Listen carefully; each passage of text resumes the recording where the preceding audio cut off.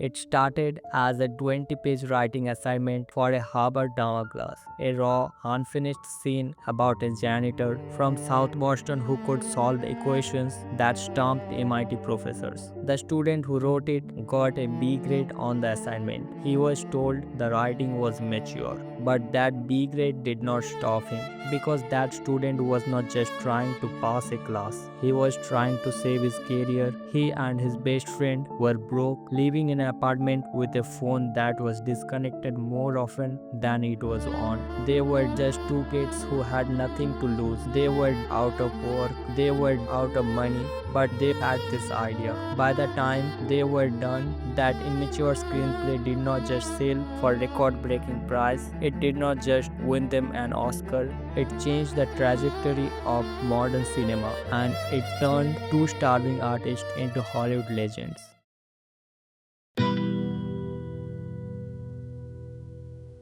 Matthew Page Damon was born in Cambridge, Massachusetts in 1970, but he was raised just across the river in the heart of working-class Boston. This is a city of deep divides, of Ivy League privilege on the one side of the river and blue-collar grit on the other. When Matt was just 10 years old, he moved to a neighborhood where he met another kid with the same dream, a chubby, charismatic boy named Ben Affleck. They lived just a few blocks apart. They bonded over baseball, movies, and a shared desperation to escape the lives laid out for them. While other kids were playing video games, Matt and Ben were riding the subway into Manhattan to stand in line for auditions. They were not rich kids with connections. They were the kids who had to work twice as hard just to get a no. Through their teens, they hustled, minor roles in TV movies, a blink and you will miss it appearance in Field of Dreams.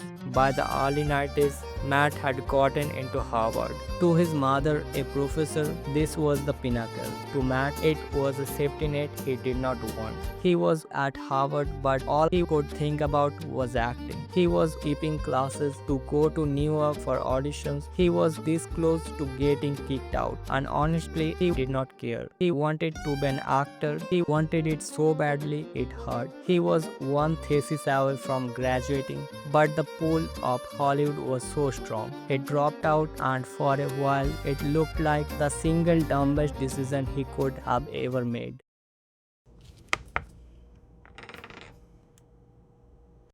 By 1993, Matt and Ben were roommates in a tiny apartment in Los Angeles. They lived off ramen noodles and the occasional catering gig. They had a system. If one of them got a commercial or a small part, they had split the money. If one of them got a burger, they had split the burger. And this is where the emotional core of the story begins. Imagine the doubt that must have crept in at 3 a.m. You are 23 years old, you are given up a Harvard education, your mother thinks you are wasting your life, and you are sitting in a roach-infested apartment with your best friend, wondering if the world just is not interested in what you have to offer. But Matt had one thing, a scene, the one he had written in the Harvard class, the story of Will Hunting, a troubled genius from South Boston. He showed it to Ben, and Ben said, "This is good, but it's not a movie. It's just a scene. What if we build a world around him? What if this janitor gets caught solving problem and instead of getting a medal, he gets arrested?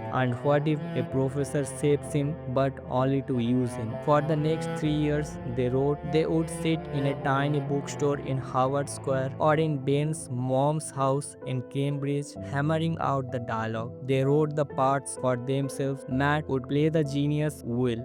Ben would play his best friend Chucky. They were not just writing a script, they were writing their own fantasies of escape.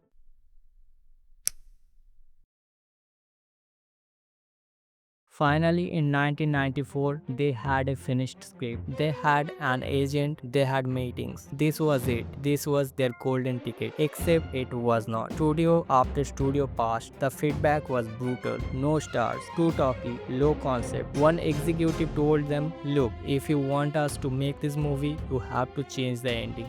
Will Hunting has to sell out. He has to take the government job. The audience wants to see him win." Matt and Ben refused. To them, him, the entire point of the movie was the success was not about money or a job. It was about finding your family, finding yourself, and going after what you love, not what society tells you to love. The ending was non-negotiable. They were broke, they were hungry, but they would rather burn the script than change the soul of it. And that is the moment most people give up. Think about pressure. You are in debt, your friends are getting real jobs, your family is worried, and you are holding a piece of paper that everyone says is worthless unless you break it. That takes a kind of courage that most of us never have to master.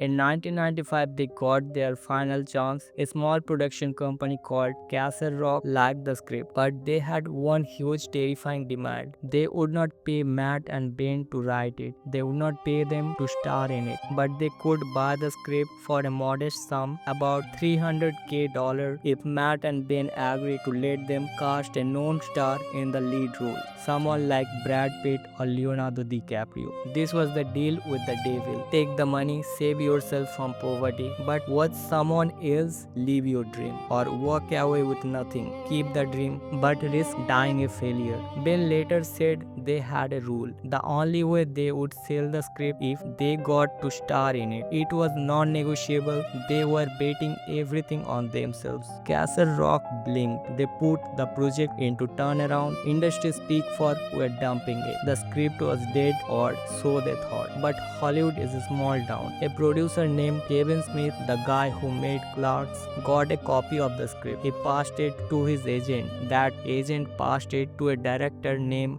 Goose Van Sant, and Goose Van Sant passed it to a producer at Miramax named Harvey Weinstein. Weinstein loved it. He loved the two kids from Boston story. He said if they wrote it, they star in it. That's the deal. And just like that, with a handshake, the movie was alive.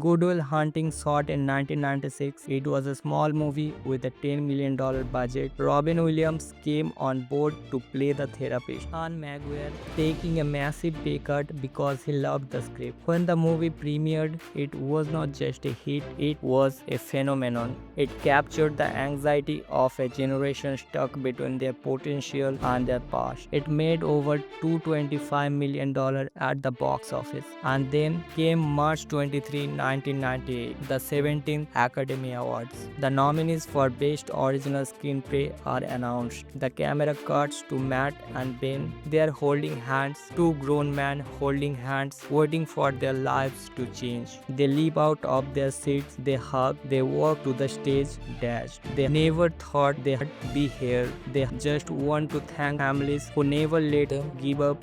In that moment, they were not just accepting an award, they were proving something to every broke artist, every dreamer, every person who had been told no. They proved that the story you write in the dark on napkins in a freezing apartment matters. It matters if you refuse to let it go.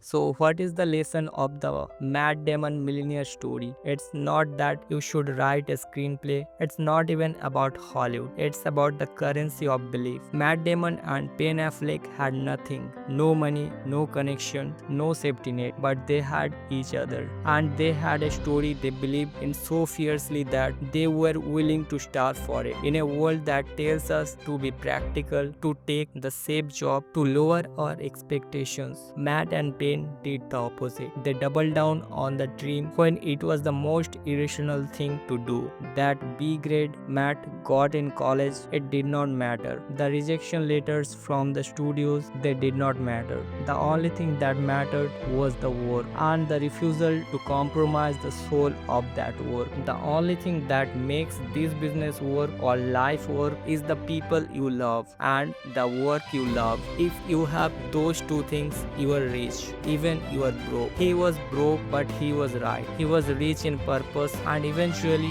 the world caught up to him. Thanks for watching. If you enjoyed the story, hit that like button, subscribe for more deep dives, and tell us in the comments what dream are you holding on to right now that the world just does not understand yet. We want to hear about it.